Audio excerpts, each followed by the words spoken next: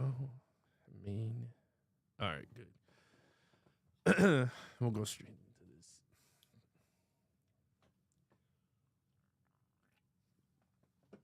All right. Ugh.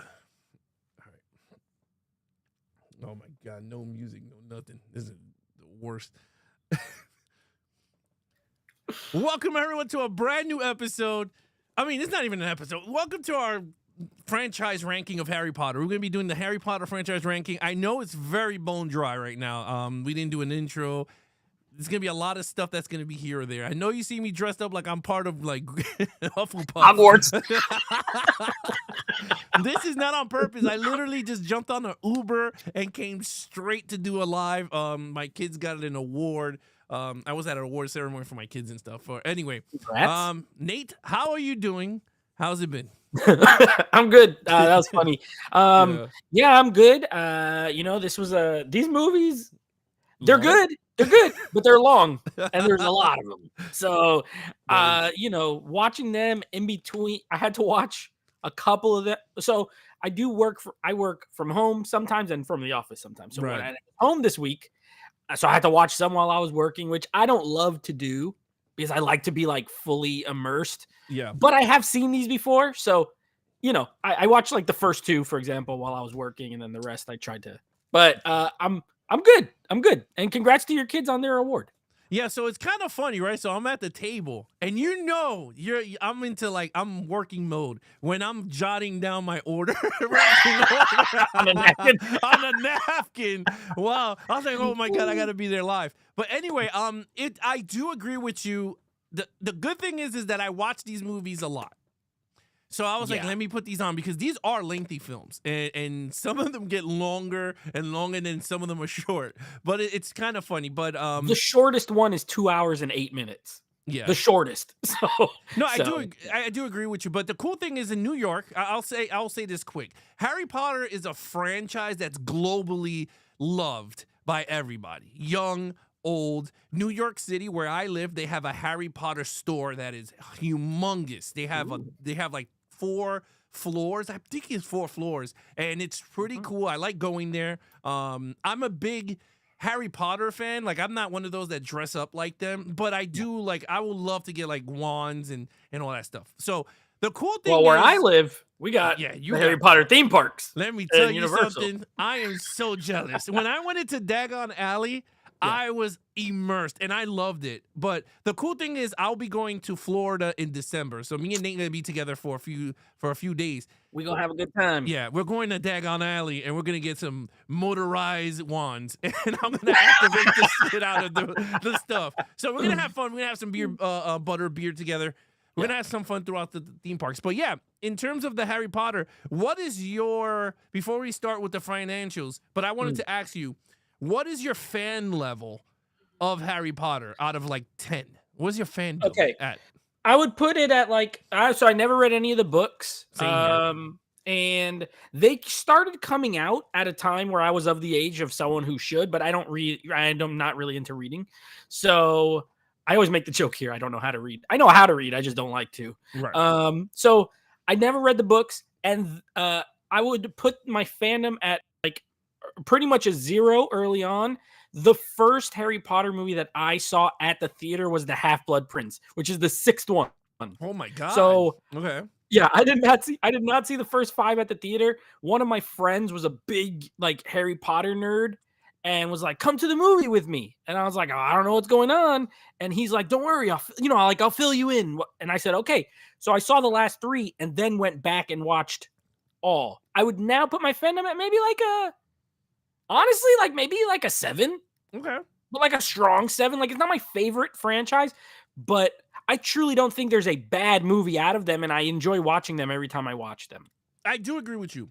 My fandom of the Harry Potter, I think, is around where you are. I think it's like an 8 or 9 because I do enjoy it. Like when I went to the New York store, I did the quiz, and I'm a Hufflepuff, and I was like, okay, I'm Hufflepuff. So like I go to the gears now, and I get Hufflepuff stuff because I'm like, yo, I'm in.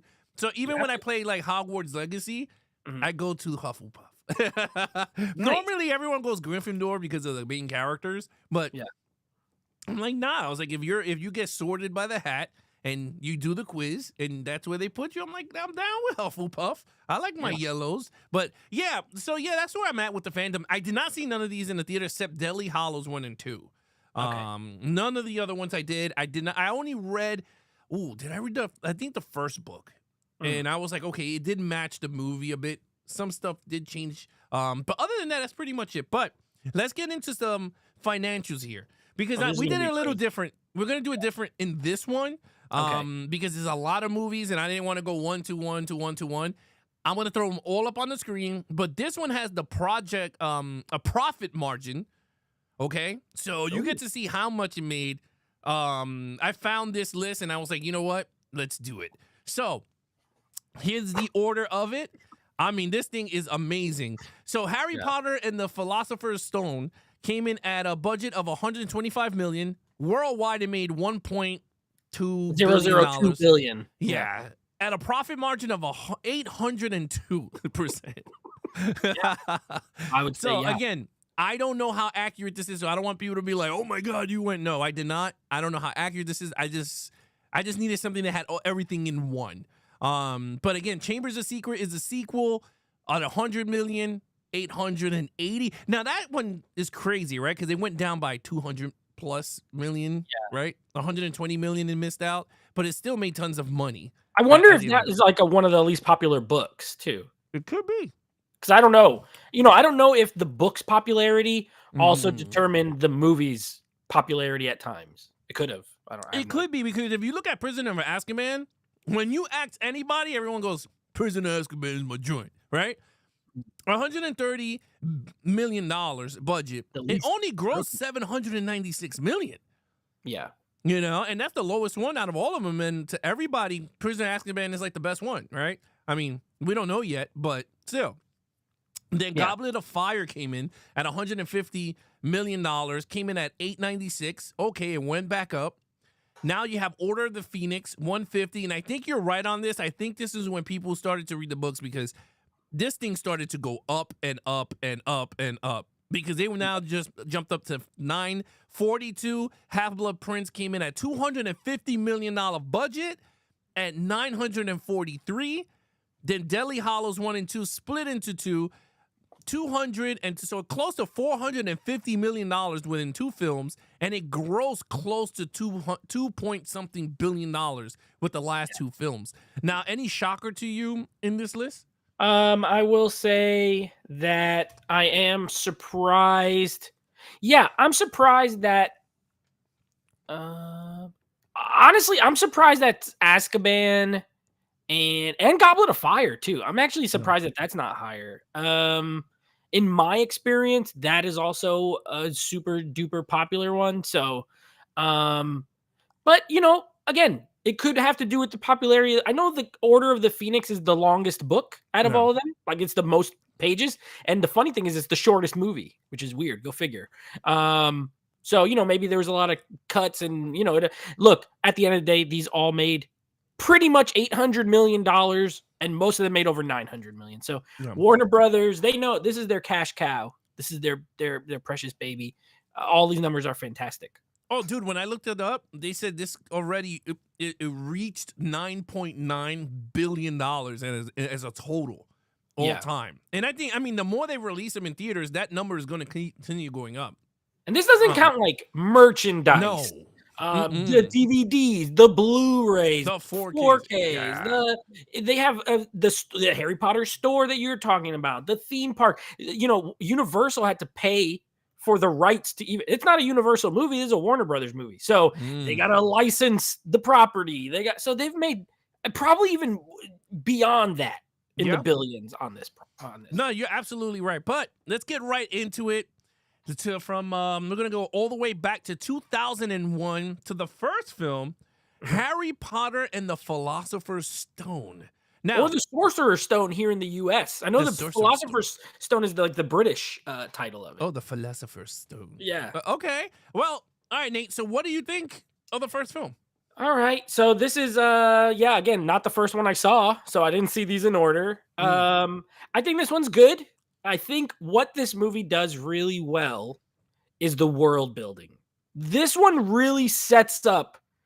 It sets up the story. It sets up who Harry is. It sets up Hogwarts. It sets up the school, the kids. It pretty much sets a Voldemort, as like this kind of Figure. looming Yeah. threat. It sets up everything that is going to come in all the later movies. And so I think that's probably the best part of this movie.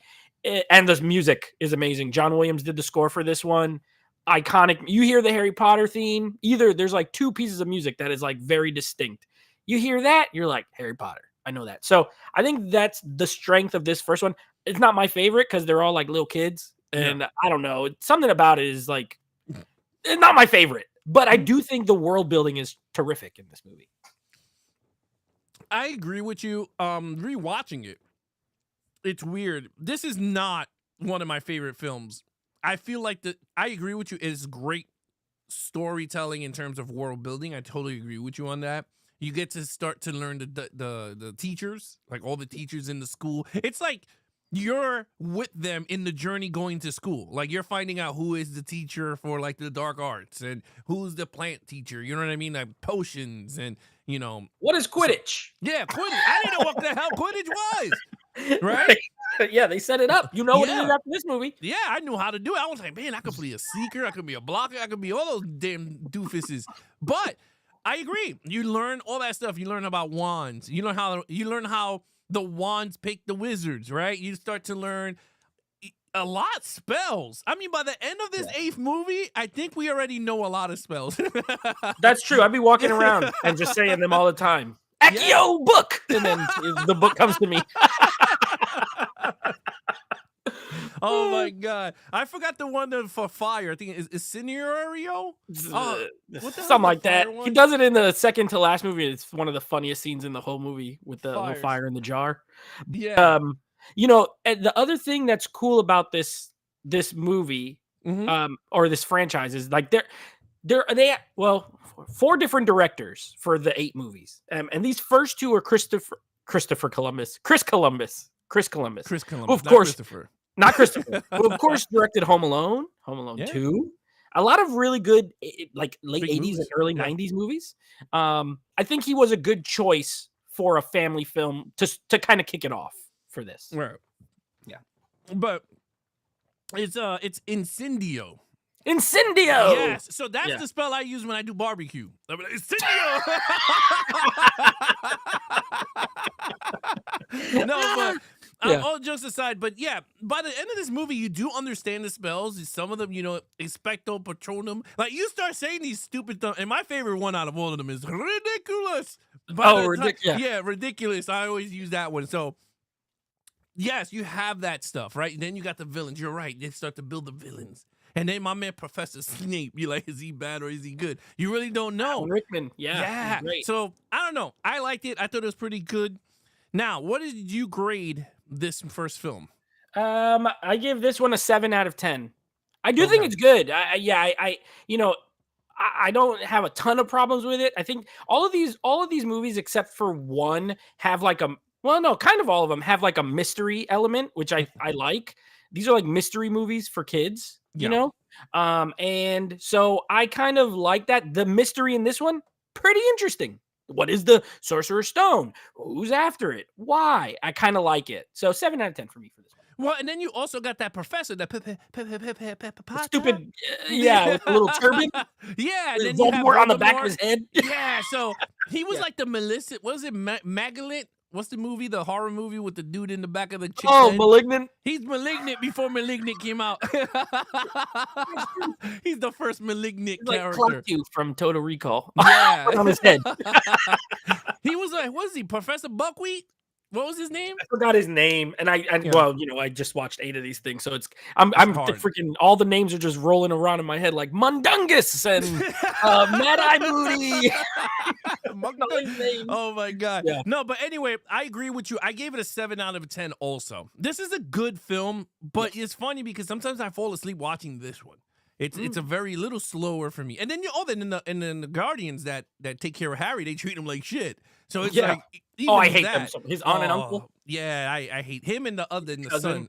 Oh Yeah, I my, would have beat his ass a long time ago. I hate that kid. But yeah, horrible. Okay, so they came up with the sequel. Now the sequel comes out. Now these movies come every year and every other year, depending on the movie. But this Yeah. one came out the following year, 2002, and this one is called Harry Potter and the Chamber of Secrets. Mm. Now this one has my boy Hercules Poirot. Yeah, From, Kenneth Branagh. Kenneth Branagh plays he plays a really cool character in this one. He's the new Defense Against the Dark. Which, by the way, there's a new teacher every single movie for the Yes. Defense Against the Dark Arts. He He's the one that plays- comes in this one. He plays Glorian Lockhart. Lockhart. That's right. Yes, he's Lockhart. So now, next year, Nate, what do you think of the following film? All right. So something you just said about the last movie, to me, this one a little boring. I don't love the Chamber of Secrets. I think it has a good amount of the strengths of the first movie. They feel similar. But this one has like a way slower pace to me. And while I think ultimately I like the end of the mystery in this one, to me, I was less into it throughout the movie. I do like the payoff. But I don't think the rest of the movie is like amazing, but it has most of the strengths. Like the Quidditch scene is good in this. The music again is really good. Setting up, like Hagrid and all these characters coming back. Like you said, you get a new character like Lockhart showing up. The kids are a little older. Malfoy is really starting to really become a little brat. So there's things about it that I like, but a little too slow for me. This one. So I kind of enjoyed this one. And this is why, because you got to the introduction, and I mean, not introduction like he wasn't part of the first one. He was, but not in the story much. And that was Jason Isaacs, Malfoy's dad. Got to see him now in the bookstore. Remember when he's in the bookstore and he was like, he's making fun of the Weasleys because they are poor. And he's the one that put the book. You find out later he's the one that put the book in Jenny's bag and whatever. But you got the new characters coming in, right? You're absolutely right with that. But I kind of like this one because it was a fun mystery. People were getting petrified, right? Yeah, and they like stoned. And I was like, oh my God, Hermione got it. The guy with the camera got it. So I thought it was a cool mystery. I did like the end though, right? When you figure out the twist is that he was taking other people's stories and taking the glory of it, and he became famous out of it. So I thought that was pretty good because every time he did a spell, it was off. I do like the part where he messes up his arm and it's like all floppy. Yeah, that was my favorite part. And my other favorite part is when it's him versus Professor Snape. They're doing the duel, right? Oh, and he was like, I knew that. He goes, if I wanted to, he goes, I would have used it. And Snape was like, yeah, dude, I know you don't know. So, again, you got some cool, memorable parts in the film. I liked it more than you did in this one. I do like this one more than the first one. Because I thought there's two things that bring this movie down. Okay, go ahead. Dobby, annoying. Dobby? I do not like him. I do not like him. I hate that scene at the beginning where he's like banging his head. Like it literally makes me get like anxious and I don't like it. And the worst character in all of Harry Potter, Moaning Myrtle. Too much. She is so annoying in the bathroom.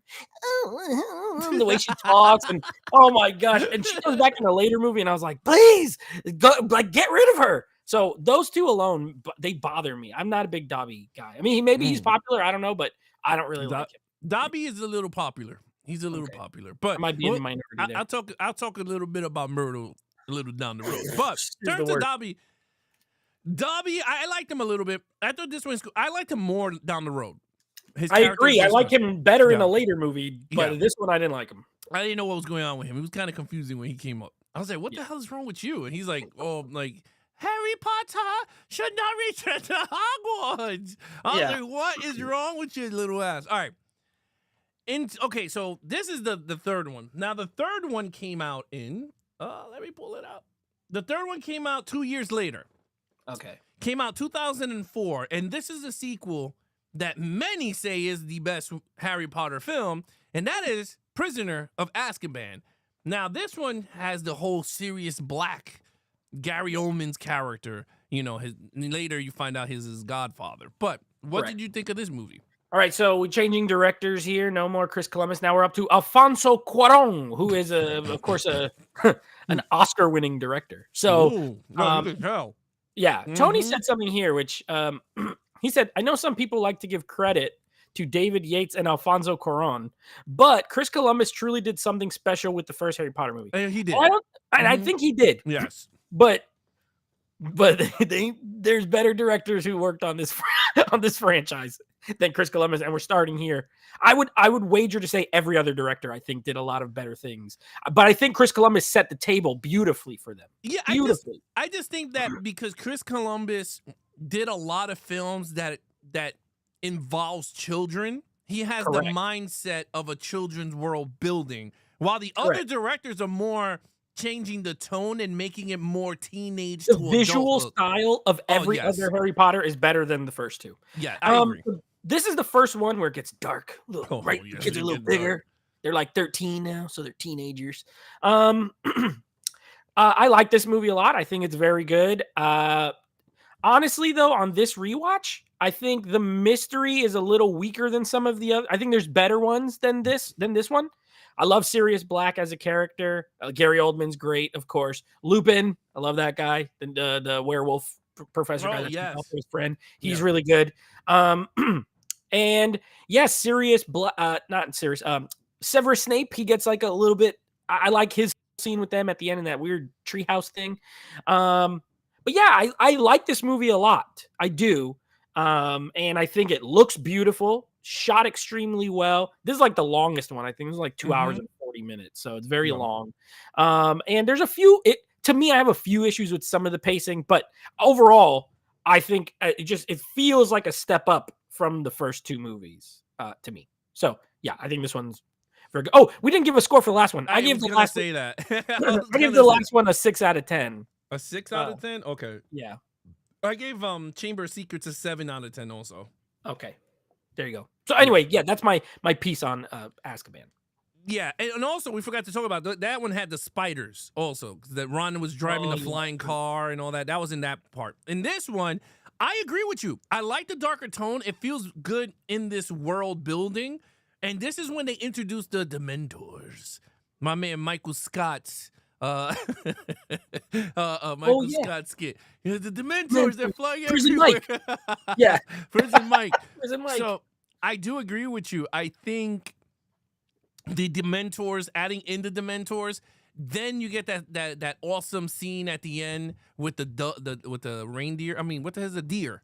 The that he deer, thinks yeah, his the father's the doe, one who did it, and the he's the one. Patronus. Yes, the Patronus charm, but it was really, you find out later that it was actually Professor Snape who does it to help him out, which is very weird. We'll talk about it during that sequence, but he thinks it was his father, and lo and behold, he's the one who was like the powerful wizard that did it.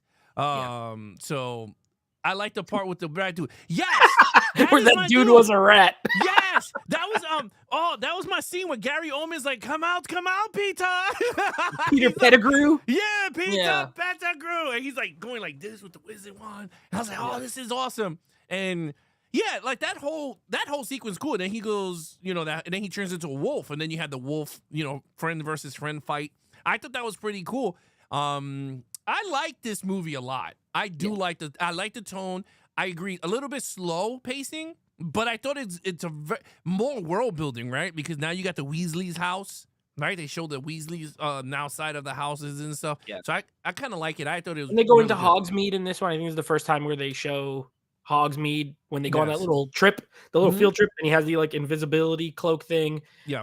I don't like the beginning of this movie, like the scene on the bus, like the night bus thing. I know they're going for humor on it, but I think it's weird. And I don't love the little time travel thing where like they go back and do everything you already saw, but from another angle. Yeah. To me, that always like pads, like it should have been done a little quicker. Those are my only negatives though, because I think this movie is awesome.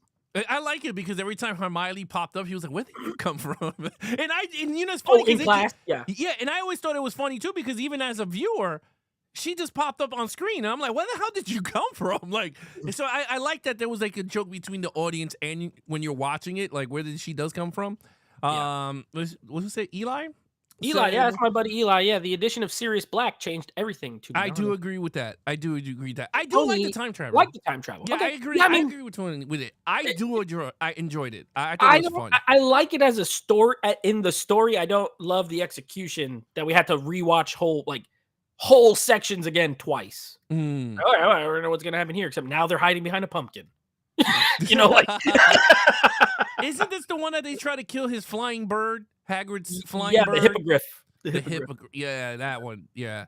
And then I they set it free, and then they take it. And yeah. So, all right. So, what do you score this one? This one I gave an 8 out of 10. Oh, okay. I gave it a 9 out of 10. Nice. I really like this one. I think this one was really good. Okay. Now, the next one came out the following year, 2005. Wow. Now, this is the one that I remember my sister-in-law was like, this. She reads all of the books. She read all the books. She was like, that Tri-Wizards tournament is going to look good on screen. And I was like, okay, well, guess what? Pew. We're up to Goblet of Fire. Now, this one is a very, very, very darker movie. Oh yeah. Very Now dark. we're full dark at this point. This is straight killing. Like, this is when they introduced killing, and I loved it. But Let me tell you something. Okay, I'm going to say this. This might be a spoiler for our rankings, but I'm just going to put it out there. I don't care because no one knows exactly where we're going to put everything. Before this rewatch, I would have ranked Azkaban ahead of this one, but on this rewatch, I like Goblet better. Okay. Goblet's my joint. I think it has the perfect blend of the school stuff, which I like. Yeah. You know, I like when they go to class. I like when they like have their little, interpersonal stuff. And then there's a tournament, right? You have this whole aspect of this Tri-Wizard tournament, but then in the background, there's shady, dark stuff going on. Sirius Black is talking to him from a fire, and there's all, there's crazy. And then the third act of this movie is one of the best third acts of any of the 8 movies, with Robert Pattinson and him, and they're in the maze, and then they get teleported out, and my man Voldemort's a little baby. He gets put into that. He gets put into that witch's brew, and he got his body, and the debut of the proper Ralph Fiennes Voldemort. Yeah, and he's killing people. Sorry, Robert Pattinson, time to go to Twilight because you're dead here. Listen, great. The ending of this movie is one of the best. Honestly, it's so dark and bleak.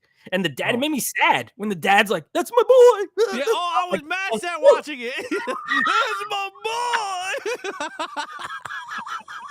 Hey, it got me. I was like, "Dang, this is," and then it's like just kind of over, right? Like there's not a happy ending, really. Nate, let me tell you something. Watching Goblet of Fire on 4K, I gotta tell you, it's one of the best looking 4Ks. And the crazy thing is, this movie is awesome. I was sitting there watching it. You're absolutely right. I mean, I love the whole thing. Like, Harry's just like chilling with his friends, like everyone does in high school. And then his name pops up and freaking Dumbledore yells at him for no reason. Did you put your name in the bottle? He's like, what are you talking about? That scene that he runs up to his face, he was like, are you like Harry? And then Snape and all of them are looking. And this is when they introduce your boy with the one eye that he's going like this, Gleason. Mad Eye Moody. My dog, Mad Eye I like Moody. that guy. Mad Eye. And that's when they introduced him. And it's crazy, right? Because the twist in the movie, even with the guy with the David Tennant. Yeah, he was he's a a great actor. Yeah. Mm-hmm. Yeah, so you have his character in here, and you have that twist, and that's when they introduced the thing with the memory, right? When he takes the memory out and he dumps it in the water. I love it. I agree with you. Everything in this film is it's just what I love about movies. And you're right, that Voldemort scene, I'm like, when I saw Voldemort put his nasty foot in Robert Pattinson's face, I said, that is a villain. Because his foot was nasty. And I was like, oh my God. But that scene is crazy because even Harry's there chilling, and he's like, he was like, I forgot about you. And he turned around. I almost forgot you were here. And then he went up to him, he went, and he went, Bro, not only that, I forgot. This movie opens with that Super Quidditch World Cup thing. That's like, Oh, and they're like, yes. Crumb. And then he asks Hermione out. And my boy Ron's getting a little jelly. He's like, hey, what's going on? And then Yeah. Hermione's like, well, next time, ask me to the dance so someone else does it. I said, they're going to fall in love. This is where the seeds start getting planted for future romance. I love it. I actually love it. And then the scene when they had to go, when my man had to get the glass weed and then go into the water, and one was a shark. The gillyweed. The gillyweed. Oh, dude, let me tell you something. Each scene was dope. The dragon scene was dope when he had to get the dragon. When he's like flying up on the thing. Let's see. Goblet of Fire, Stephanie's favorite. Okay. Eli says the scene with the Death Eaters when they all finally meet is insane. One of the best scene in the series. I think he's meaning at the end there when they all all there at the end. Yeah. Yep. He said, Harry, y'all do that. I'm gonna go with the Asian girl. Oh yeah, but he did. Remember, he went with the Indian girl, and because Robert Pattinson took the Asian girl. He was like, my girl. Everybody's taking everybody's girl in this movie. I love it. I'm here for the high school drama. I need a little bit of both. You know what I mean? I need a little bit of both. Now they're pretty much like freshmen in high school at this point. So they're getting older. You can see Harry's now starting to get his hormones in because he's starting to like girls, and Hermione is starting to like Ron, and Ron is liking Hermione, but they don't want to say nothing. And then isn't his sister Jenny is now falling in love with Harry because every time he comes by, Ginny, which I never really understood. That one. Well, we'll talk about it later. But anyway, real quick, I want to acknowledge Acres of hello. Now, hey, how you doing, Acres? Hi, welcome. What's the first movie that you two? We ain't never seen a movie together in the cinema because we don't live in the same place. Yeah, we never seen a movie yet. I mean, this December would be the first time if Nate wants to go. We could go to the theater together. But other than that, we never seen. And also in the chat, let us know what you guys think of these movies. We're not gonna be able to answer like questions, and I see they keep putting questions. We don't have time to answer too many questions, but if you guys want to comment on the films as we go along, and then at the end, give us your rankings, I'll try and read all of those. Yep. Had another question. What is your Mount Rushmore of Harry Potter characters? Oh, I'll get to that. We'll get to that one in the last one. So what do you score Goblet of Fire? 9 out of 10, baby. Ooh. 9 out of 10. This is a banger. Mike Newell directed it, by the way. Another new director, and I think he picked up that ball and ran with it. Well, I gave it a 10 out of 10. Whoa! Yeah, dang, it's a 10. Okay. And it's a 10. It's a 10. I don't know why, but I like it. And then at the end, when they got them in, oh, I loved it. I don't know. I liked it. It's a 10 for me on that one. Okay. Now, this is where it's going to start getting juicy because these movies get dark. I mean dark, people. And I'm not talking about stuff that happens at night. Dark. I mean, this thing is dark. All right. This is when they introduced that lady that I want to punch in the face, but you can't punch her in the face. And she took over, what's her name? Oh, you're talking about, what's her stupid name? The lady who takes over the school. Yeah. I just watched this the other night, and I can't remember her stupid I have name. the casting here. Hold on. Let me pull it up. All right. Because there's so many good actors I'm in going to these put series. it in the chat. Oh, Umbridge. That's what Umbridge. Shout out to Eli. Yeah. Umbridge. Yes, Dorothy Umbridge. Okay. They introduced her. Dolores. Yes. They introduced her, right? Dumbledore. They figured out a way to get my man Dumbledore out of there. So they get him out of there. Harry's like, what the hell? Harry gets tortured. And I said, you son of a bitch. Right? And then you could tell she's part of Voldemort's clan, bro. Like, you knew it. She was gunning for my man Harry. And I was like, bro. But I love it. I think look, the way I see this movie, I never was a fan of this movie.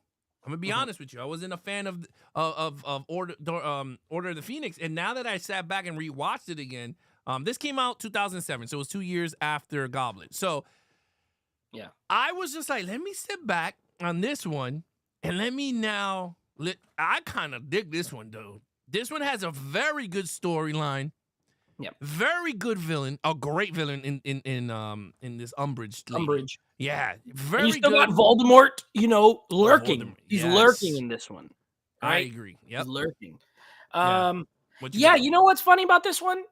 I like it, but I don't love it. And I like the end. This is another one where I think the third act is really good. Like when they show up and fight, Or they talk about the Order of the Phoenix, what it is, and then when they all show up there at the end and Voldemort freaking kills Sirius Black, pissing me off, absolutely pissing me off. It wasn't Voldemort. No, it's Bellatrix. Yeah, Bellatrix. His cousin kills his. She's a real you know what too.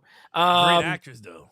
Yeah, no, yeah. Oh, Helena Bonham Carter, great. So anyway, kills him, pissed me off.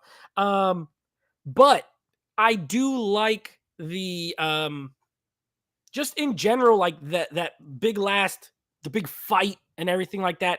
When this is the one where Dumbledore finally gets to show. This is like the scene when Yoda fights in Star Wars, Attack of the Clones. Oh yeah. He fights Dooku. Yeah. This was like that, where it's like, oh, this old guy, you don't really know what he could do. And then him and Voldemort have that big fight. I love that part where he's like kind of just doing something, he's just like, and throws a fireball out of his mouth. It's sick. Yeah. I love it. Like, I love the ending. I don't love all the school stuff in this one. Really? And I like my mix. Yeah, I don't like that teacher that they bring back so that he can that's this one, right? Where he wants to be yeah, that's this one. With the or is that the Half-Blood Prince? Which one? With the potions? The old guy? Yeah, the potion one. That's the next one. That's Half-Blood Prince? Yeah. I thought it was this one. No, you're right. It's Umbridge. Umbridge is this one. Yeah, Umbridge. I don't like that. All they do at school. Yeah, I'm correct. All they do at school in this one is train in that room with the mirror. Yes, yeah, that's all they do. They train and hide, train and hide, train and hide. And she is horrible. I think she's one of the best villains in the franchise. Honestly, it's like Voldemort, Bellatrix, Umbridge. And only because Bellatrix got more flair, and I really hate her, and she killed Sirius. But Umbridge is she's right there. I absolutely hate her guts. So I don't love all the school stuff in this one as much. So that kind of brings it down a little bit for me. But other than that, I think it's very good. Yeah, I mean, I don't know, man. I changed my tone, bro. I kind of like this one. And you're right. That third act is another great ending to the movie. I mean, my man. Voldemort and Dumbledore going at it, bro. He used when they broke the glass and he threw the shield, and I was like, oh my God, this is amazing. Sand. Yeah, and then he had the water, and he's twisting the water. Put him in the water bowl. Yeah, and I was like, oh my God, this is like Dragon Ball Z with wizards. I really liked it. And while Harry's laying there going, this hurts. Yeah. And then you had that scene with Voldemort going inside him, and he's like, fight it, Harry. And I thought that was pretty cool too. I don't know. I'm a sucker for this one. I think this one is a very well done movie. You said something before. None of these movies are horrible. We're up to the sixth. We're up to the fifth one out of 8 movies, and I'm like, this movie is not even that bad. I would have been happy. At worst, these movies are good, and at best, they're amazing. So it's that's a pretty good range. I don't think, even if I like some less, I don't think any of them are bad movies. Yes. All right. So what do you got? What's your score for this one? 8 out of 10. I do think it's really good. 8 out of 10 though. Okay. I'm with you with that one. I gave it an 8 also. I think it's a great film. It's not better than my Goblet of Fire though. It's not. All right. So the Masters of All Movies says, I have the entire Harry Potter in my collection. Awesome. Nice. I like the romantic relationships in the sense with Harry. Eli said Umbridge is his Voldemort. She was a S-tier hater. Yes, that's a good one. She keeps making those new rules, and he got to go up on the ladder and I love that. I love it. And then the Weasleys are the ones that destroyed that whole thing. I thought that was another iconic scene too, with the dragon. Oh, when they're taking their test. Yeah, that's a big one. I thought that would be cool. All right, the next one. Now this movie. Half-Blood Prince came out 2 years now. 2009.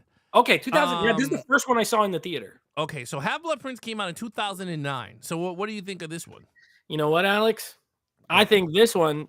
My buddy Eli said some stuff about the last movie, as far as being sort of slept on, and I feel that way about this movie. I think Half-Blood Prince. David Yates coming in now. He directed the last 4, so from Order of the Phoenix to the end was all David Yates. Yeah, I love that this one has sort of a different look. Like even the color palette, Yeah, darker. it's Way it's dark. darker, a lot of gray. They have like a scene that's almost black and white when they're in Yeah. that cave. You have a lot of kind of sepia tone scenes, and you think it might be annoying, but when you're watching it, it's like super effective. I actually really like the direction in this movie. This one has I like the school stuff in this one. I don't like that teacher, that guy with the weird parties, but this one felt more like some of the earlier ones with like the school element where they're going to class. This one's also kind of funny. It has like a lot of humor with Ron and that girl that did the love potion on him. Oh yeah. And then the liquid luck at the during the Quidditch match. He thinks he drank it. He's like doing all this crazy stuff. I love that. You also get Hermione. This is where she really gets jealous. She's like, "Ron, you stupid idiot!" She's crying and stuff. So you get the drama with the relationship stuff. Ginny and Harry. This is where they really start. And visually, again, I think this one's great. And I love the end of this movie. I really do. When my man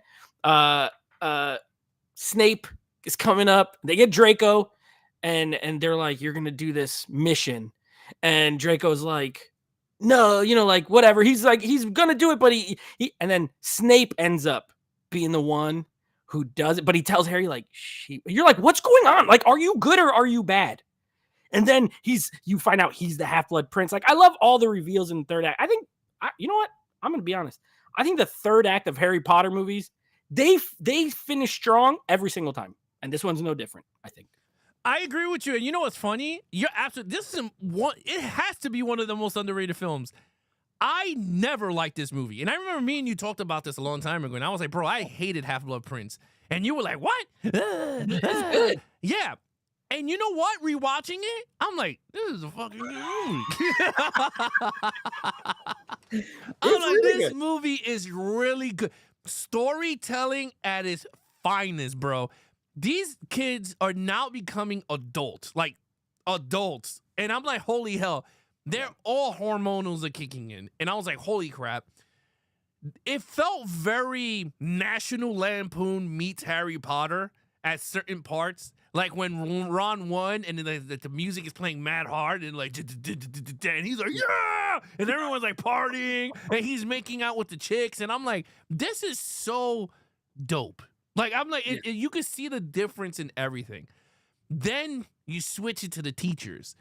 Yeah. Professor Snape becomes Sif. Yeah. He is so dark. Like, if you see Professor Snape from number 1 all the way up to before he kills Professor, I was going to say Professor X, Professor Dumbledore. Same guy. Right? Kills him.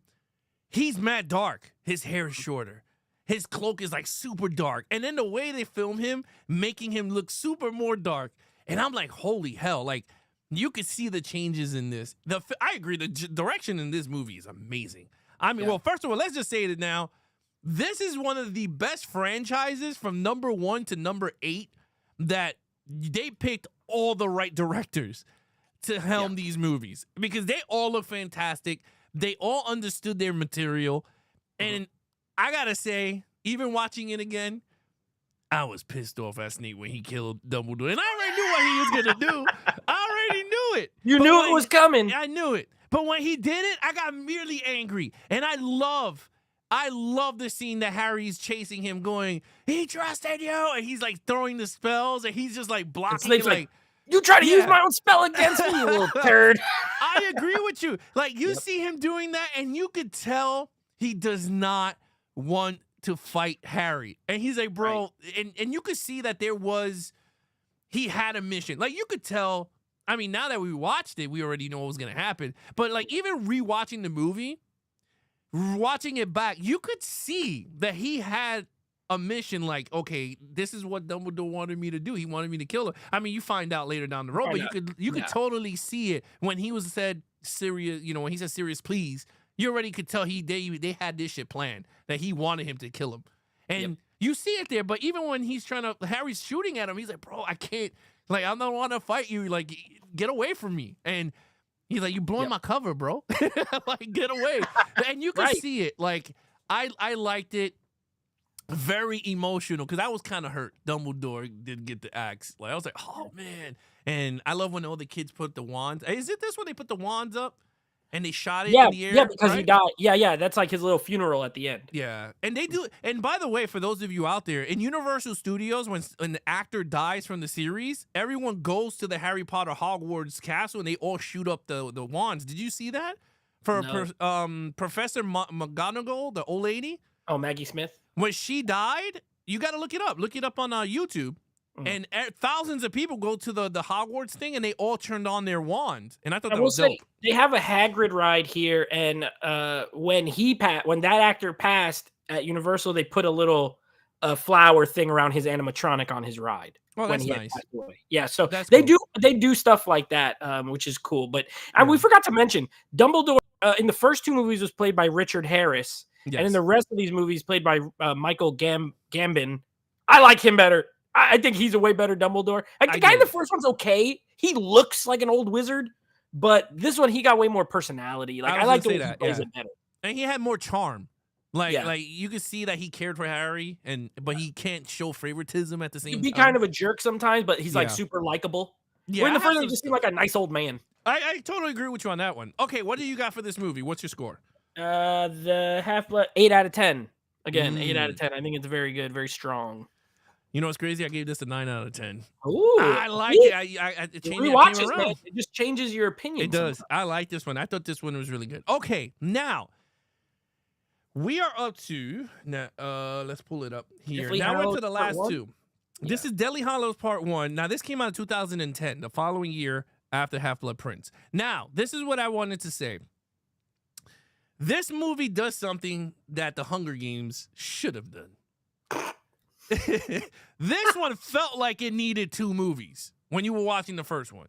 Hunger Games did not. It just felt like you could have did that in one movie. You didn't need to split that up. So that's what I wanted to say. All right, Nate. This is the OG of splitting the last book into 2 because Twilight did it, Hunger Games did it, Harry Potter did it first.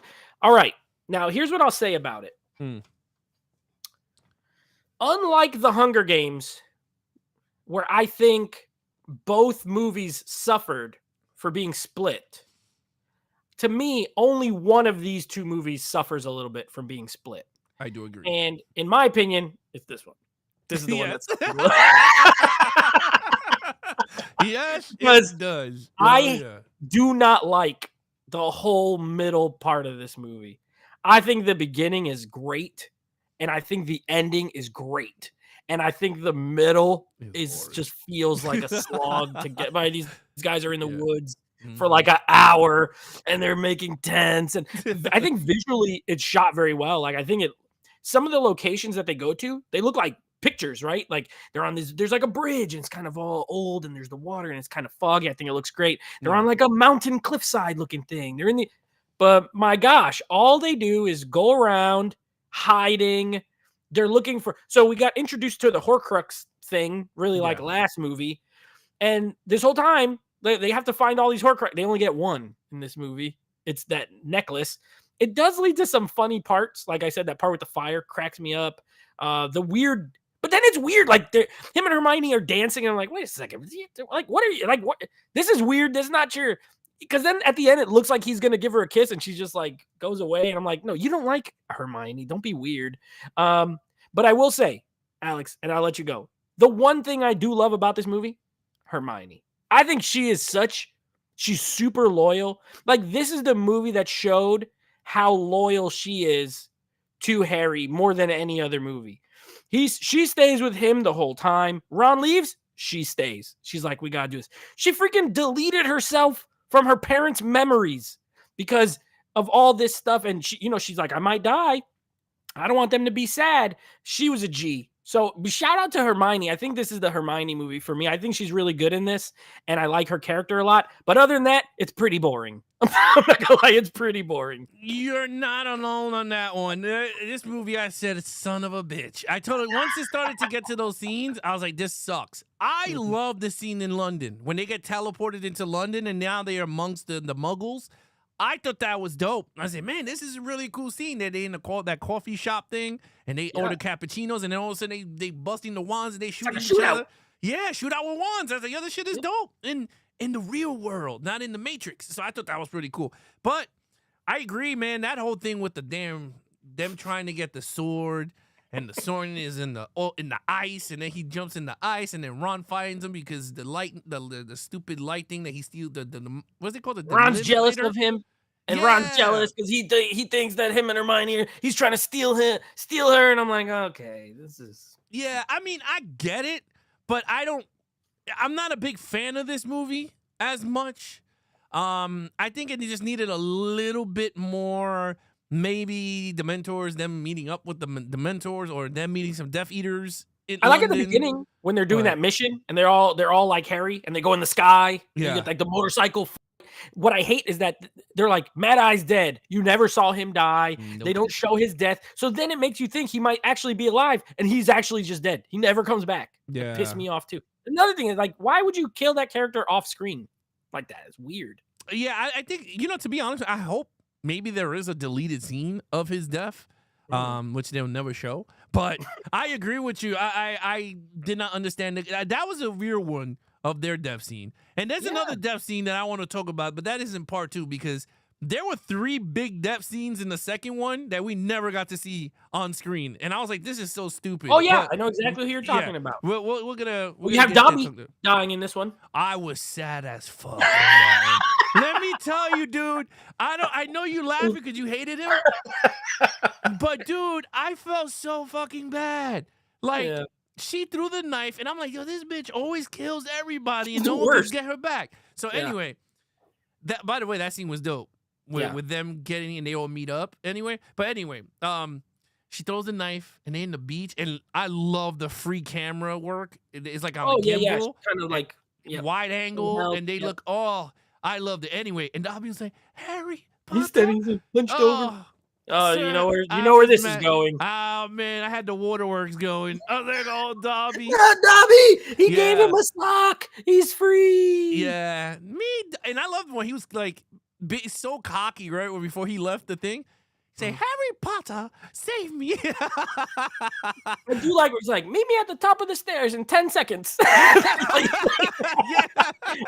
like Dobby in this movie more than in the second one. He for did. sure. Yeah, I was kind of sad. He died. I was. I didn't want him to die. I didn't like him. I didn't want him to die. Yeah. But you did see also Jason Isaac, my forward's dad. I'm gonna be honest, bro. Dude is He's bitch. a punk. He is like the biggest coward, and he looks worse. He looks so cool in the first few movies, especially in the second movie. There's a shot where he walks up, and the way it's lit, only his eyes are like lit up. I'm like, whoa, this guy looks evil. And then by the end, he's like starting to grow a beard because he's stressed out, and he looks drunk, and then he's just a big coward, Malfoy. And I'm like, what the heck? Well, Draco always was a punk, but he's another one. He's like, oh, you're a punk. Just get out of here. Yeah, he is a punk. And it's funny, towards the second movie, I believe his wife was like, get me away from him. Like she leaves with Malfoy. Like, he didn't stick up for the family, pretty much. Even in this one, like, even Voldemort punked him all over the place. And I was like, oh, damn. But, yeah, I didn't like his character much. I agree with you. He just dropped in terms of likeness for me. Because I thought he was a really cool character as the dad. But, yeah. Okay, what do you score the first one? 6 out of 10. 6 out of 10. This is not, and I didn't like it when I saw it at the theater. And again, I had still only seen Half-Blood Prince, and I was like, wow, compared to that, this movie's really boring. I'm not really into it. Well, I give this a 5 out of 10.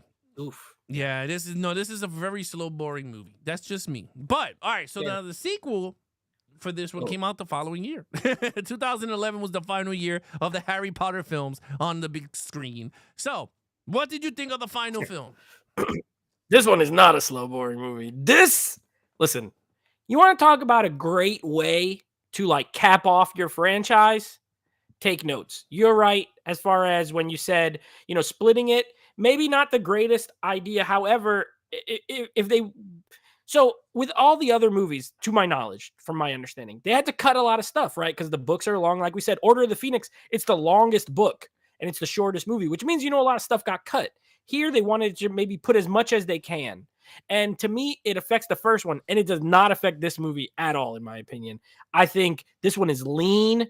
it's only 10 minutes shorter, Yeah. but it feels like it's 30 minutes shorter because the pacing is spot on. The action, this is like an action movie pretty much. I love the big last fight. Voldemort's great. Like Ray Fiennes is great in this. The kids are amazing. Like their performances at this point, they've reached like, peak as far as their acting in this franchise. Even like side character, like Neville gets to do some really cool stuff in this. My dog Neville Longbottom, the little explosion guy who always had stuff blow up in his face. He's like, I could blow it. I could I could blow it up when they talk about blowing up the bridge and stuff. Yeah, I love that. Yeah, I love this movie. I think this is one of the best final movies of any like franchise, like period. Honestly, like I think it ends it perfect, except for the last 3 minutes. I don't like the last 3 minutes. I don't like the little flash forward 19 years. I could have done without it. Yeah, I agree with you on that one. Other than that, amazing. I agree. This one is really strong. I was like, wow. It's funny coming from the first one, which is boring and whatever. I was afraid because like watching the Deadly Part 1, I was like, oh my God, don't tell me Part 2 is gonna start off with boring shit and then it's gonna get better. No, I thought it did a great job. I thought it did a well-paced movie. I liked it a lot, but my only freaking nitpick is that we lost 3 main characters without being seen on screen. We lost my man, was it Fred? Died? Yep, or was it George? One of the twins. You're saying that? I don't remember. I think it was died. Fred. I think Fred is the one that died. The one well, Lupin and his wife die. Yes, that pissed me off. Yeah. Which I was like, how? We never get to see that happen, right? Those things piss me off. Voldemort's fight, I'm gonna be a little I don't want people to be like, man, you're nitpicking. I'm gonna be a little nitpicking here. It's kind of whack. It was kind of whack. I liked it. I mean, I liked it because it was like, okay, Harry versus Voldemort, but he's vulnerable. But he had no soul at that point. He was not even like alive. He was just like a shell. Yeah, but I thought it was gonna be a little bit better because there was a scene that he was like, Papa, are you going to be with me? And then you had Gary Oldman come back, and I thought they were going to come back like as Ghost and help him out towards the end. We didn't get that. Like Lord of the Rings. Yeah. But no, they did it in Goblet of Fire. Remember? When the father was like, we're going to give you a count of 3, and then he ran and he grabbed the goblet and he went back. Well, I thought we were going to get that. Like they were all going to join forces and kill Voldemort, one more time or whatever. And then he gets to see them for the last final, whatever. But we didn't get it, but I'm gonna say I was a little bit disappointed with that little ending because I thought it was gonna be a little bit more Harry doing more spells and stuff. But it is what it is, I do like when Bellatrix gets killed by their mom. Oh, I love by that the scene. Weasley mom. Yeah, that scene is so. She's like gonna kill Ginny, and she's like, "Not my daughter, you bitch."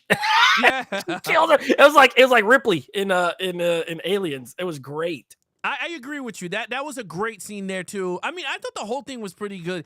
Like I said, I thought everybody. I felt so bad that the girl that made out with Ron died, getting eaten up by the vampire. She got eaten like a vampire or something like that. Yeah, dude, she got wrecked. Yeah, she got hit the hardest. But again, there was a lot of people that died, but I thought it worked very well. I thought it was really cool, man. I don't. Oh, I even forgot to say this. I don't know if this. No, it was not in this one. It was in Deadly Part 1. When Professor McGonagall, I forgot her name, the old lady, went after Snape, and she was like, "Come back, you traitor!" When they were like, when Harry came out, right, and Harry was like, "You're the one who kills Professor Dumbledore," and she just came out of the woodwork and started fighting. I said, "Yo, this joint is really good." But he didn't want to fight her either. No, because if you notice the face that he put. He was just like, oh, man. Like, I can't. I forgot. This movie, I love. So Snape also gets like one of the worst deaths. He gets absolutely destroyed by that snake. Nagini's just like, Nagini. Yeah. And then you get his the memories, which informs you a lot of information. And it's the end, but these movies, like the storytelling's so good that it feels like a payoff. Yes. Where you finally see he knew his mom the whole time. And you could tell they had like the sprinkles where he's like, your dad is a real tool bag. I didn't like him when they're showing them when they were young. Well, here you really see he took his girl. You could tell why he don't like him. And still he protected him like his whole life pretty much. Like he was behind the scenes really protecting Harry the whole time because he loved his mom so much. And I love when Harry gets to see that. And it kind of makes it like, okay, sure, Snape did all this stuff, but he didn't want to kill Dumbledore. He was like a double agent. He was hanging out with the evil people, but he was not really one Yeah. of the evil people. And I do like that. It like redeems him a lot for me. I agree with you. It does redeem the character, and it's crazy because even now rewatching it, kind of understood it more, right? Yeah. Because like when you watch it the first time, there's a lot of stuff getting thrown at you. When you rewatch it again, you get more information sucked in. Dude, let me tell you, that was very heartfelt because I love the fact that he was like, yo, get something for my tears. Because he goes, you got to see what happened. He's like, I'm not dying. You thinking I'll kill Professor, Dumbledore out of the whim. Like, you got to know the whole truth. And I thought that was great. And I love the fact that he named his son after him and Dumbledore, right? Like, Yeah, so Albus Severus Potter. Potter. Yeah, that's a weird ass name. Weird That's like name. allergies. And I hate at the end when like Draco's there with his family. I'm like, get this guy out of here. Why is he still? His kid should be banned from Hogwarts. I agree with you. Let him out. Lifetime ban. Yeah, that's true. And he gave him the. He aligned with up. the Dark Lord, Master Lord. Get him out of here. Yeah, he couldn't handle that. But what do you score this one? 9 out of 10. Yep. Yeah, I give this one 9 out of 10 also. Yeah, great. I agree on my napkin. Got it. What do you score? What do you got? There's a lot of people let's see. Yeah. So Stephanie said, oh wait, let's go up to Tony. Or Half-Blood Prince is probably my third favorite. That was Eli. Tony says, Kathleen Kennedy's and Star Wars sequel trilogy should have taken notes from this. This is how you make a consistent franchise, especially with every director that was in line. Fair point, Tony. He also says, with what they were doing, and they also had the same writer, Steve Kloves, who wrote the whole franchise from start to finish, which is something that, okay, he's still talking about Star Wars. Stephanie says, I find this one to be the dullest as well. She was talking about part 1, Deathly Hallows part 1. Tony says, Hermione is my favorite Harry Potter character of the franchise, should be viewed as one of the best female characters in any film. She should be viewed. You could view her that way.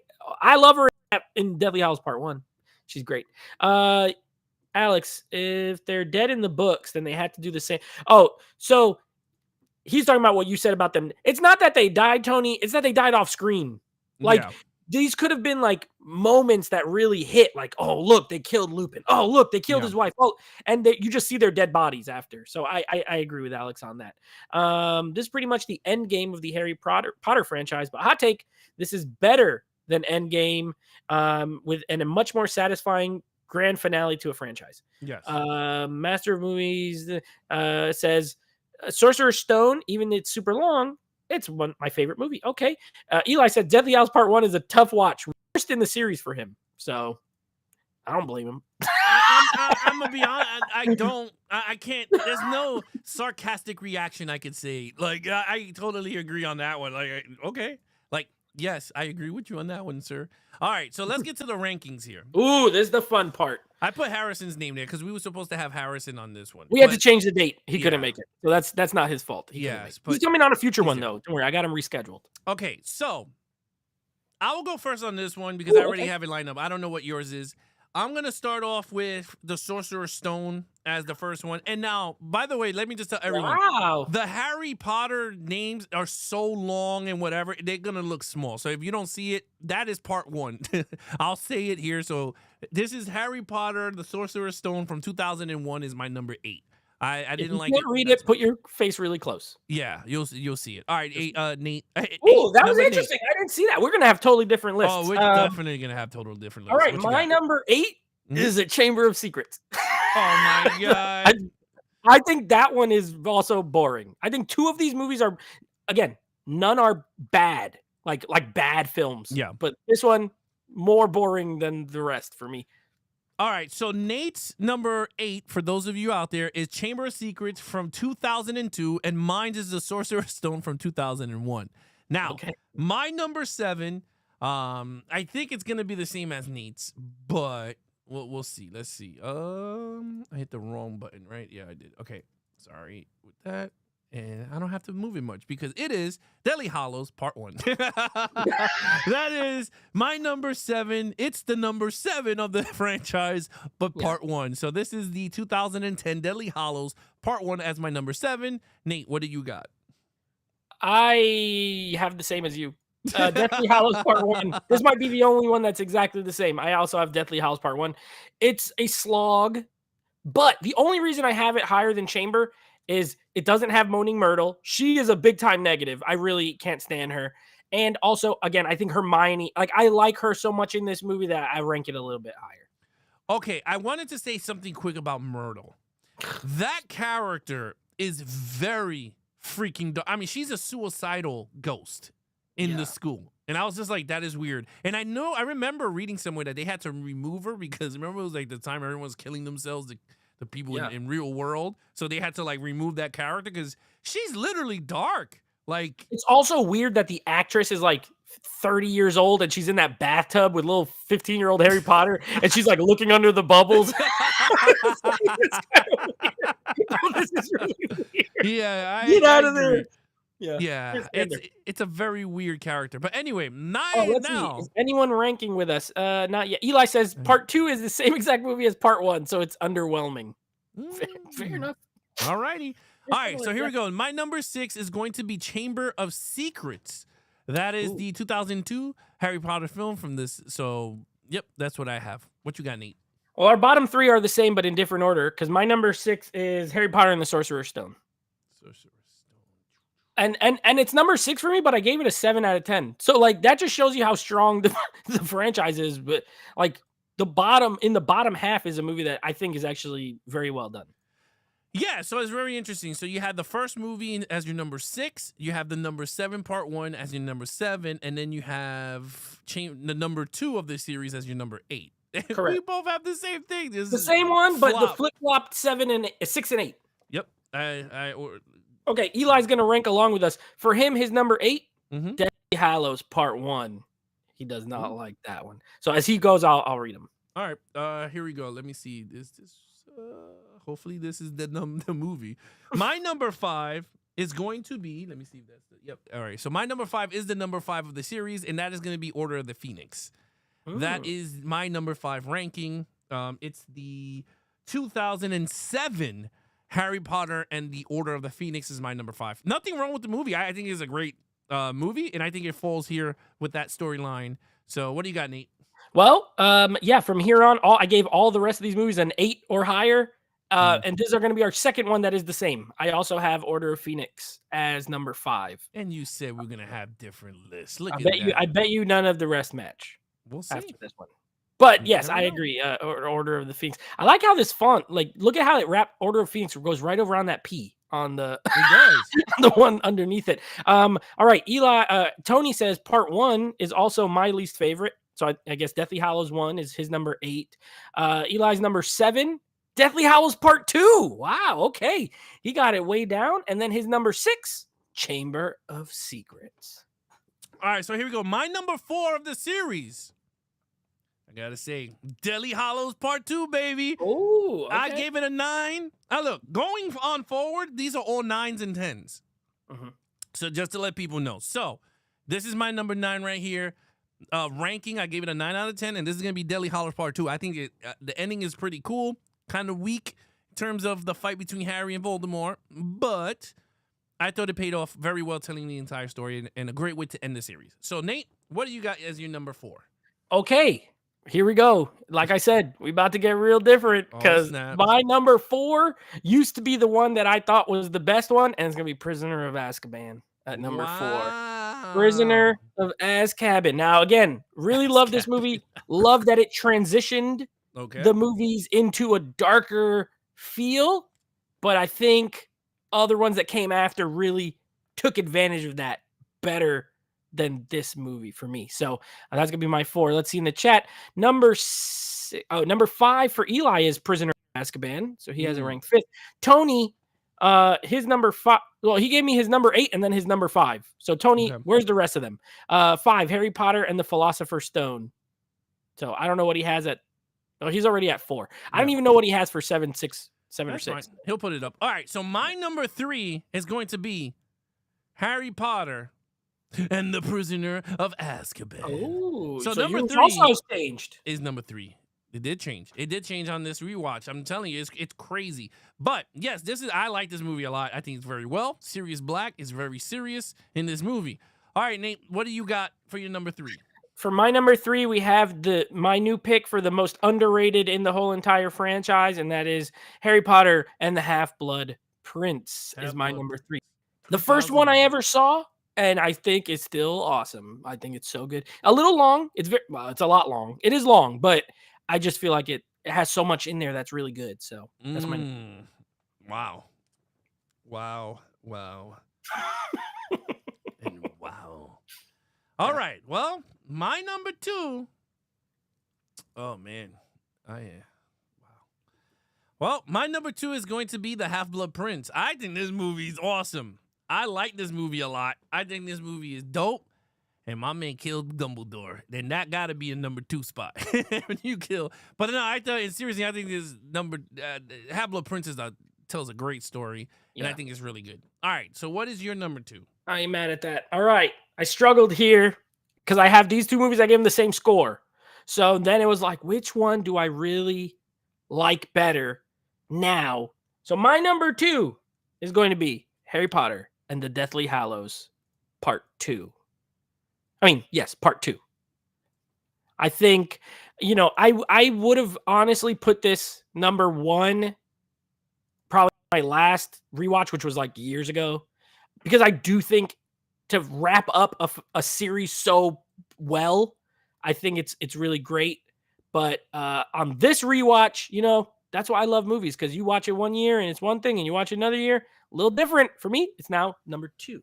Yes. All right. Look, let me just be honest with you here, because Nate said something and he's like, oh, I think we're going to have a totally different list. We do have a totally different list, people. We do. You can see it here. Totally different. But not number 1. Not number 1. Number 1, we both agree that Goblet of Fire is the best Harry Potter film from front to back. And the people in the world knows where is that. I just think it's like one of the greatest blends of all the stuff that makes the franchise good. The school, the dynamics between the characters, the tournaments. Give me a good tournament. I'm a sucker for a tournament. Give me a great villain reveal. Voldemort's reveal, fantastic. Out here killing kids. Get a little heartstring tug with the dad. That's my boy. It's got a little bit of everything, and it's fantastic. I mean, the kids, dude. Not even the fact that the old guy is screaming for his sons in pain. The emotions from the kids behind Hermione when they realize, the entire emotions of all the kids in the whole thing going, Batman died, and I was like, oh my god. And he's like, Voldemort's back, and nobody believes him. He's trying to tell him nobody believes him. What do you think? I killed this kid? Come on. Yeah, Dumbledore's the only one. Now, I wanted to ask you about Dumbledore. Yeah, and I'm gonna read everybody else's list after this. Is Dumbledore a deaf, one of the deaf brothers? Like a Death Eater? No, one of the brothers. So remember when they tell the stupid story about the 3 brothers about the and 3 brothers? And the cloak and the No, I don't think. No, because remember they say the name of those people. No, but I'm saying, do you think he's part of that shit? Because this dude is like, he knew everything that was going to happen before it happened. Like, he gave Harry the cloak. He knew Harry was going to do this. Like he had all 3 things because he put the little stone in the snitch. Yeah. He had given him the cloak already, and he had the Elder Wand. Yeah, but he knew Malfoy was going to kill him before Malfoy was chosen to do it. Well, I think that just has to do with the fact that he's like the greatest wizard, on Earth. Because they said the last name of the brothers that it's based, that story's about, and it was not him. And remember, they had the tombstone and it had the drawing on it and all that. So I just think he's acquired them over time because he's like top of the top wizard. So I don't think he is. But I mean, I could be wrong. I don't think so. All right, let's read the list. Now that we're all done, I'm going to read the 2 people who ranked along. Thank you, Tony. Thank you, Eli. Yep. All right, we'll just go. I'm going to go through again. Eli, 8, Deathly Hallows Part 1. 7, Deathly Hallows Part 2.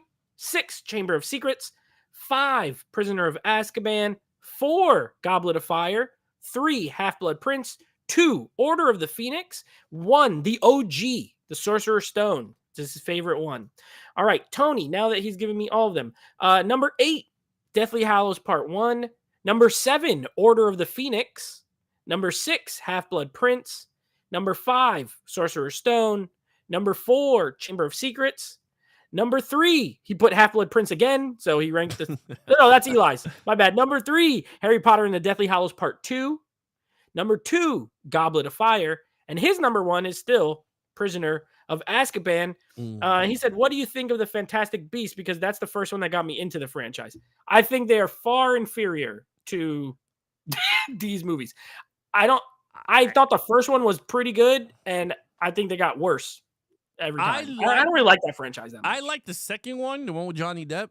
What was the one that Goldswald, Crimes of Grindelwald, whatever. Yeah, whatever. I like that one more than the first one and the third one.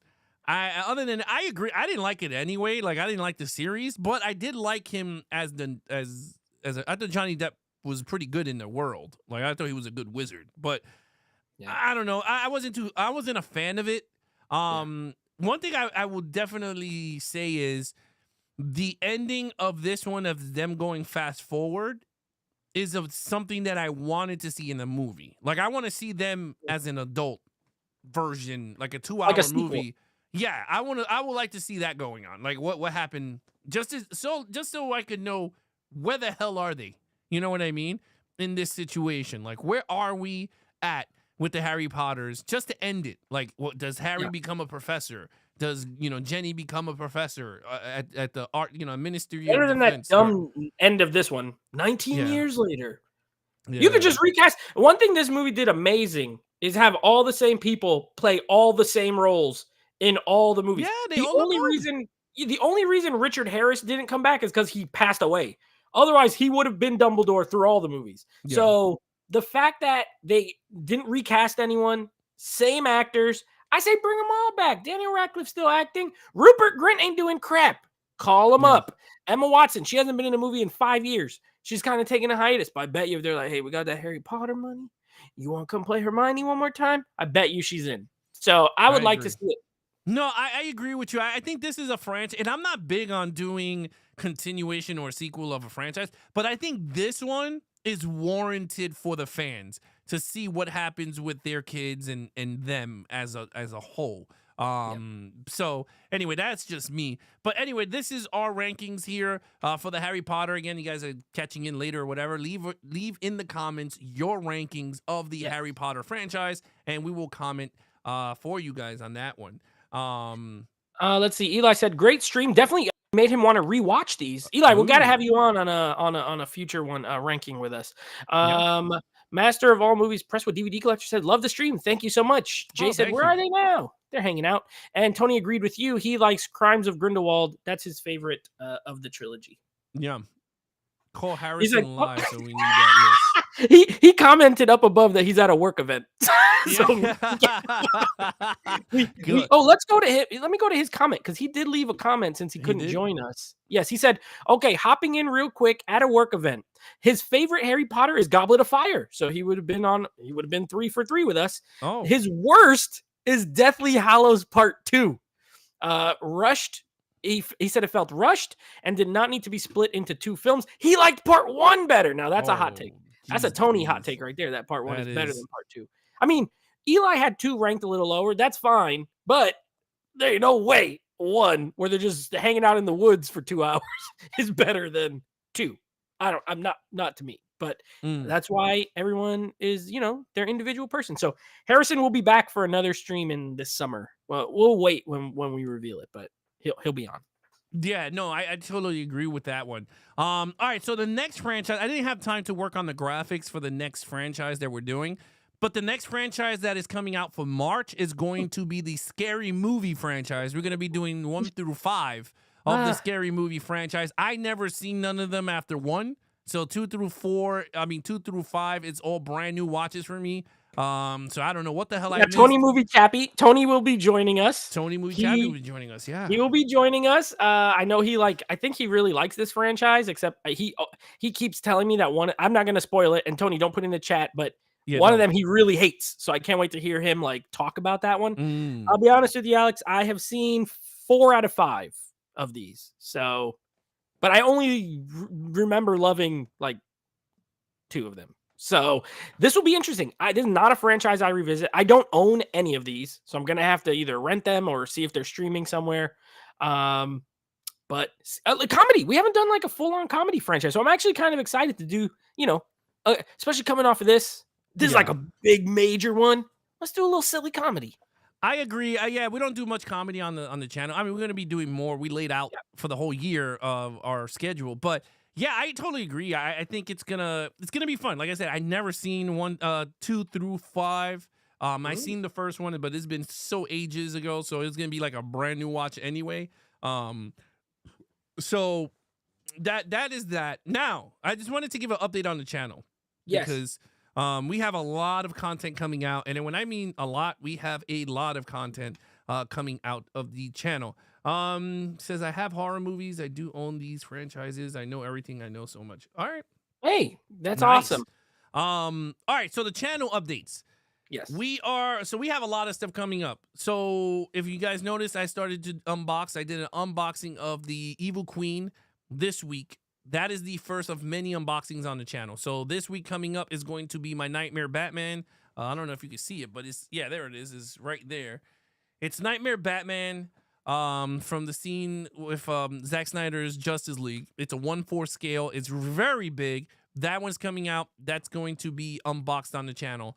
We have a live Kill Bill Volume 2. We're going to be doing that again. I think a lot of people enjoyed me doing Should You Upgrade Live, the 4K therapy of Should You Upgrade Live. So I'm going to be doing the Volume 2 this week, sometime this week, or maybe Saturday at 1 or something like that. Depends. But it's definitely going to be coming out, Volume 2, breaking that down because I watched it, and then we're going to go right into that. Number 2, Nate has his videos coming out. Tomorrow is going to be his 2001 top 5. 2001. Monday. I'm sorry, Monday. I keep thinking we're usually on Sunday. Yeah. So Monday is gonna be his 2001, and then his 2001. Friday movies. I'll tell you right now, Alex. Yeah. Monday, 2001. Oh wait. Let's give him the quick rundown for the week because listen to how exciting. Alex gave you that. Tomorrow on Instagram, me, Alex, Rich will be on Instagram Live, and we will be giving our nominations for the award show. So we used to do an award show with our friend David and Rich from Faces for Radio. And in honor of that, we did 2. This is the 3rd annual. It's going to be a little different, obviously, but we'll be giving our nominations tomorrow on Instagram. So that's number 1. That's at 9, similar time to now. I think it's early or something. It'll be on Instagram Live. Monday, 2001, my top 5. Wednesday, another first-time watch. And the movie that I will be reviewing is The Nutty Professor with Jerry Lewis, the original Nutty Professor. So that'll be Wednesday. And then out of the theater, bro, there's crap coming out next week. So we'll see what I see. I don't even know yet. Yeah. So that Tuesday coming out between his Monday and Wednesday movies. That Tuesday is going to be the unboxing of the statue you see back there. And then the Thursday, I'm going to be doing, hopefully, if my kids allow me to, but I'll be a live streaming for 3 boards. I'm going to be playing The World Is Not Enough on the PlayStation, playing a lot of movie-based PlayStation games on the channel. So you guys can hang out with me while I'm playing 007, playing almost all the 007 games live. And I got The Matrix. I brought a lot of old games that are movie-based that I would enjoy to play that I never played before. That is that. And now, what was I going to say? That is the schedule for the week. So again, a lot of content coming out. And one thing I did wanted to say was, so we got some emails on my participations with other people, like why a lot of people was like, Nate is on this channel and that channel. Why do you participate with Nate on other channels? I'm gonna lay this out very nice, and I'm gonna be really nice with this. And I'm not gonna be in a douchey way. I'm gonna be really honest and open. No dropping names or no nothing. Nate, what is a content creator? A content creator? What is a content creator? Yes, this would be like someone who creates videos for YouTube it could be on any topic. Could be video games, don't even have to be on YouTube. It could be on Instagram. It could be on TikTok. Someone who talks about a category or a subject that they enjoy. Hopefully they enjoy it. And puts out content for everyone to watch and enjoy. Yes. So my thing is, I'm a content creator. I love to entertain people. I did not open up or put myself out there to make friends with other people. I want to be really honest with people. I'm a very antisocial person. And Nate knows this. Nate could testify this at 100%. I will not. I was at a party with people on the dinner table like a few hours ago, and I didn't talk to nobody while my wife is mingling. Like I was on my phone watching baseball.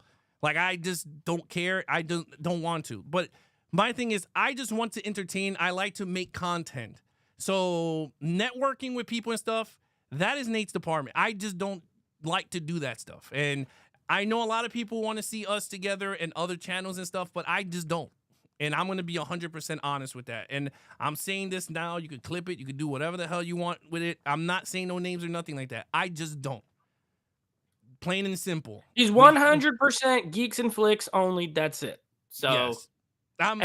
We have people on our show. Rich is coming on. Yeah. You know, maybe Rich will say, "Hey, Alex, you want to come on this thing?" Maybe he'll say yes. Maybe he won't. But he's focused on this channel. And so am I for the most part. You know, I'm on Mega Mike's streams every once in a while if I can. But, you know, thank you for coming and watching our content. And if you enjoy our content, make sure you tell other people about it and subscribe and like it and leave us comments and things like that. But that's kind of the focus. No, I mean, not even. I just want to be open and be honest. Like, it's just, I'm tired of tight roping and eggshells. I'm going to be really honest with you. So I'm being as open as possible and telling you guys straight up, like, I just want to make content. And if you guys enjoy it, thank you so much. Like, that's the whole point of this. And we grow from it. We grow from it. And you guys enjoying what you're watching, hit the like button. Great. But as of right now, networking and all that for me, I'm not into that. I'm not into that stuff. So with that, say thank you so much. Stephanie, thank you everybody that's in the chat tonight. We're going to be returning in March with Scary Movie franchise. We're going to be doing that. It'll be at the end of the month. Yes. Our live rankings will usually be the last Sunday of each month, just so y'all know. Yeah. And then the award show will be earlier in the month. I think we said like March 9th or something like that. But we'll promote it when it gets closer. Yeah, and that's gonna be really fun. We're gonna set everything up with that. We're gonna honor our old buddy David as well. David, yeah. I gotta see if I can find some recordings of David with that. So thank you guys so much. We'll see you guys on the next live stream. But till then, be awesome to each other, guys, and geek. Peace. And geek out.